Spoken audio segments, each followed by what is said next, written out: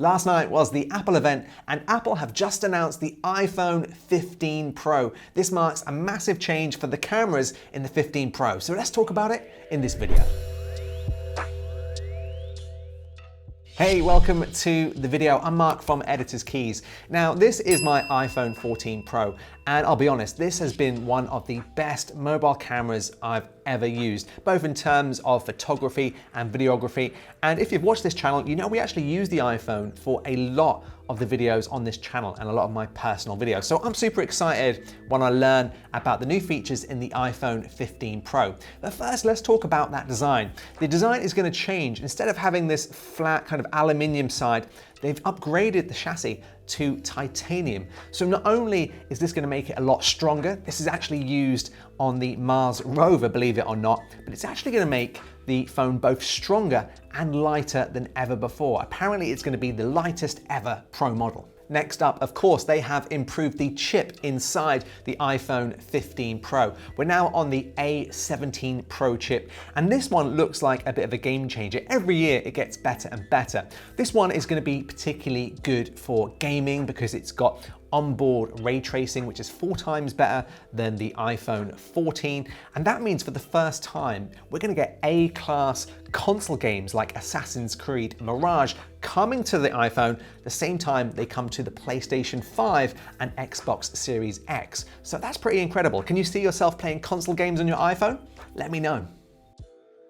Now let's talk about the lenses. So just like the iPhone 14 Pro here, the iPhone 15 Pro looks like it has 3 lenses. Now, Apple in all of their videos kept mentioning that this new iPhone 15 Pro has 7 lenses. Now, there have been some improvements there. I'm not sure I really buy into that. I mean, the iPhone 14 Pro has a macro, it has a 1x, it has a 2x, it has a 3x, and even within those, you can zoom in a little bit to get to like 35mm or 42mm. So it's a bit odd that they're saying that these are completely different lenses. Maybe there's some computational stuff there which helps improve it. But now if we look at the iPhone 15 Pro specs, it's now saying it's got a 0.5x macro, which we have on here, a ultra wide at 13mm, the main camera at 24mm, which of course is the same as this, a main at 28mm, and a main at 35mm. It's going to be interesting to see how well these 28 and 35mm versions work. Surely they're just crop-ins of the 1x, so it'll be interesting to see if it's any different to the iPhone 14. And then we've got the 2x telephoto at 48mm, and then an exciting 5x 120mm lens, but only on the iPhone 15 Pro Max. So many iPhones. So on the iPhone 15 Pro regular, you're only going to get the 3x zoom that you currently have on the 14 Pro. So if you want that 120mm, you're going to have to go for the iPhone 15 Pro Max. But it does look pretty good. Look at these pictures. It looks pretty incredible that you can go from the ultra wide, the 1x, all the way this close to a subject on the 5x zoom. In terms of photography, we have a 48 megapixel camera on the iPhone 15 Pro.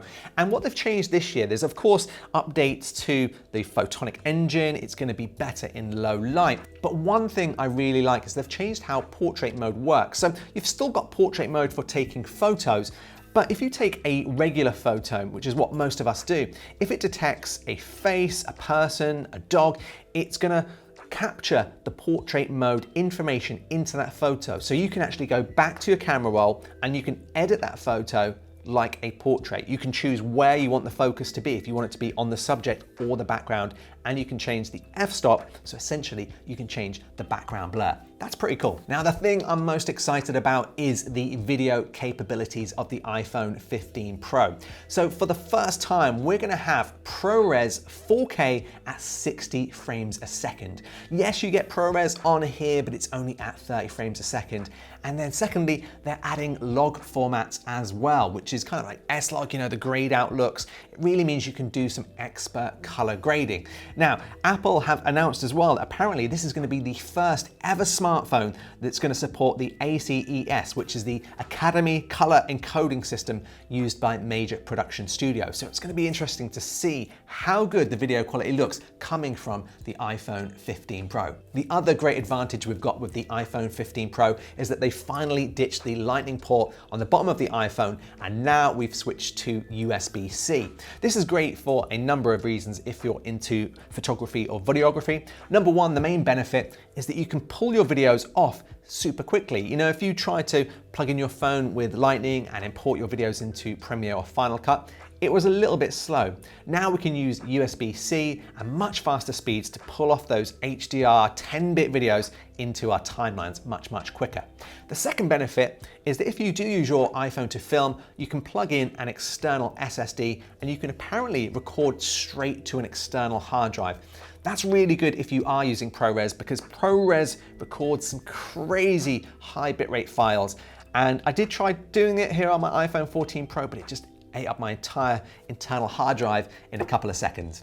Another great new feature that we saw was the ability to record spatial video for the very first time. So what's going to happen, it's going to use the top two cameras here to record spatial video. Now, if you don't know what that is, it's essentially recording video in 3D. So that's going to be really good for Apple Vision Pro. So imagine it, you could be filming a short film. You could be filming a day out with your family. You could record it with spatial video. It's going to give you a 3D aspect. And then when you come to use the Apple Vision Pro or maybe a Meta VR headset, you're going to see the video back as if you are there. It's going to give you that same experience as if you're watching it in real life. So I'm super interested to try that out. And it's going to be interesting to see what kind of movies we get coming from spatial video. So that's a quick look at the new iPhone 15 Pro. Let me know in the comment section if you're going to be getting one. We're going to get one here on the Editor's Keys channel. And as always, we're not going to review the iPhone as such. We are going to review the video and photography capabilities of the new iPhone 15 Pro Max. So if you want to see that video, make sure to hit that subscribe, hit that like, and I'll see you in the next video.